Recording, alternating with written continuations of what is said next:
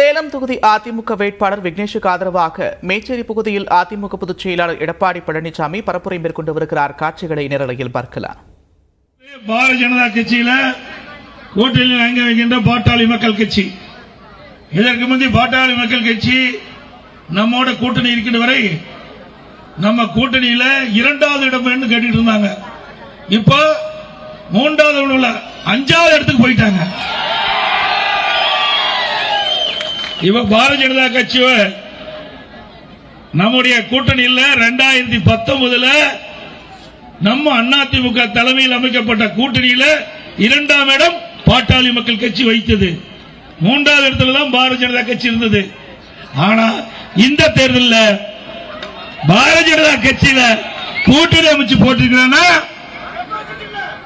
அந்த கட்சியுடைய நிலைமை எப்படி இருக்கிற நீங்கள் தெரிஞ்சுக்க. அது மட்டுமல்ல, மரியாதைக்குரிய திரு அன்புமணி மாநில உறுப்பினர் பேசுறாரு, அண்ணா திமுக ஓட்டு போட்டா வேஸ்ட். எங்க அண்ணா திமுக ஓட்டு போட்டு நான் ஜெயிச்சதுனால நீ எம்பியா இருக்கிற,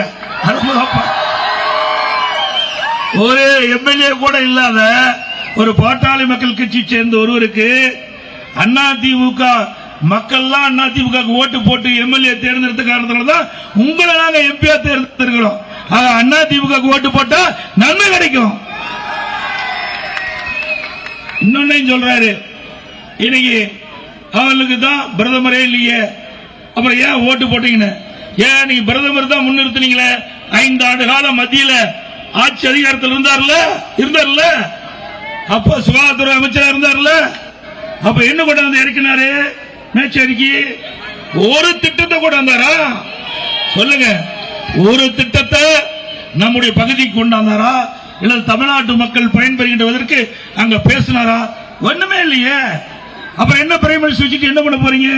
நீங்களா அடிமையா இருக்கிறதுக்கு பாக்குறீங்க. நாங்க அப்படி இல்ல, எங்களுக்கு ஆட்சி அதிகாரம் மத்தியிலே தேவையில்லை, மக்கள் தான் தேவை. மக்கள் தான் தேவை. மக்களுடைய குரல் நாடாளுமன்றத்தில் ஒலிக்க வேண்டும். எங்களுடைய நாடாளுமன்ற உறுப்பினர் மக்களால் தேர்ந்தெடுக்கப்பட்ட மக்கள், இங்க இருக்கின்ற மக்கள், தருமபுரி நாடாளுமன்றத்தில் வசிக்கின்ற மக்கள் எங்களுடைய வேட்பாளருக்கு ஓட்டு போட்டு தேர்ந்தெடுக்கிறார். உங்களுக்கு ஒரு பிரச்சனை, அதை நாடாளுமன்றத்தில் சுயமாக சுதந்திரமாக எடுத்து பேச வேண்டும் என்று சொன்னால் நாம் தனித்து போட்டியில் தான் பண்ண முடியும். நீங்க உங்களுக்கு பதவி வேணும், அதுக்காக நீங்க போய் கூட்டணி அமைச்சிருக்கிறீங்க. மக்களுக்காக அல்ல, மக்களுக்கு நன்மை செய்வதற்கு அவர் கூட்டணிக்கு போகல. அடிக்கடி கூட்டணி மாறிட்டே இருப்பாங்க, அடிக்கடி கூட்டணி மாறிட்டே இருப்பாங்க. அப்புறம் இன்னொன்னு பேசுறார், ஒரு இடத்துல பேசுறார், எங்க பார்த்து நீங்க பாத்தீங்கன்னா எடப்பாடி பழனிசாமி ஒன்றுமே செய்யல, எங்களுடைய கோரிக்கை நிறைவேற்றிட்டு. சிந்திச்சு பாருங்க, இன்றைக்கு ஜாதிவாரி கணக்கெடுப்பு நடத்த வேண்டும் என்று ஆணையிட்டது எடப்பாடி பழனிசாமி. இந்த ஆணை அரசாணை நீங்க வேணா படிச்சு போறீங்க, நெட்டில் இருந்து எடுத்துக்கலாம். நெட் போட்டா வருது, இது யாரும் மறைக்க முடியாது. ஆக அனைத்து இந்திய அண்ணா திராவிட முன்னேற்ற கழகம் ஆட்சி இருக்கின்ற பொழுது உங்களால் நான் முதலமைச்சராக இருந்த காலகட்டத்தில் மக்களுடைய கோரிக்கையை ஏற்று ஜாதிவாரி கணக்கெடுப்பு எடுக்க வேண்டும் என்பதற்கு இன்றைக்கு அரசாணையிட்டு வெளியிட்டு குலசேகரன் கமிட்டி, அவர் ஓய்வு பெற்ற நீதிபதி தலைமையில் கமிட்டி அமைக்கப்பட்டு அதற்குண்டான ஏற்பாடுகள் செய்யப்பட்டு இது அனைத்தும் 2020 டிசம்பர் மாதமே நான் உத்தரவு போட்டு நடைமுறை கொண்டு வந்துட்டேன். இதை அவசரமா செய்யல, 5 மாதத்துக்கு முன்பாகவே இதை செய்தோம், இதுக்குள்ள நடவடிக்கை எடுத்தோம். இது ஜூன் மாசத்துல கால நீடிப்பு செஞ்சிருக்கணும். இன்னைக்கு ஜாதிவாரி கணக்கெடுப்பு தமிழ்நாடு பூரா எடுக்க வேண்டும்னா குறைஞ்சபட்சம் 2 ஆண்டு காலம் பிடிக்கும். ஒவ்வொரு 6 மாத காலமும் இதை நீடித்துக்க வேணும். ஆனால் ஆட்சி மாற்றம் ஏற்பட்டது, திராவிட முன்னேற்ற கழகம் ஆட்சிக்கு வந்தது 2021 ஜூன் மாதம், இதை நீடிக்கவில்லை. அதனால காலாவதி ஆகிவிட்டது. மீண்டும் அனைத்து இந்திய அண்ணா திராவிட முன்னேற்ற கழகம் ஆட்சி 2021 தொடர்ந்தா இந்நாள் முடிச்சிருக்கோம், நடைமுறைக்கு வந்திருக்கும். ஆக எங்களை பற்றி விமர்சனம் செய்வதற்கு எந்த ஒரு ஆதாரம் இல்லை.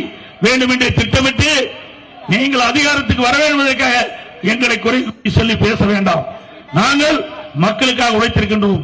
மக்கள் வைத்த கோரிக்கை நிறைவேற்றிக்கிறோம். ஆதாரத்தோடு நான் காட்டுகிறேன். ஏற்கனவே எங்களுடைய நிர்வாகிட்ட கொடுத்துட்டேன்.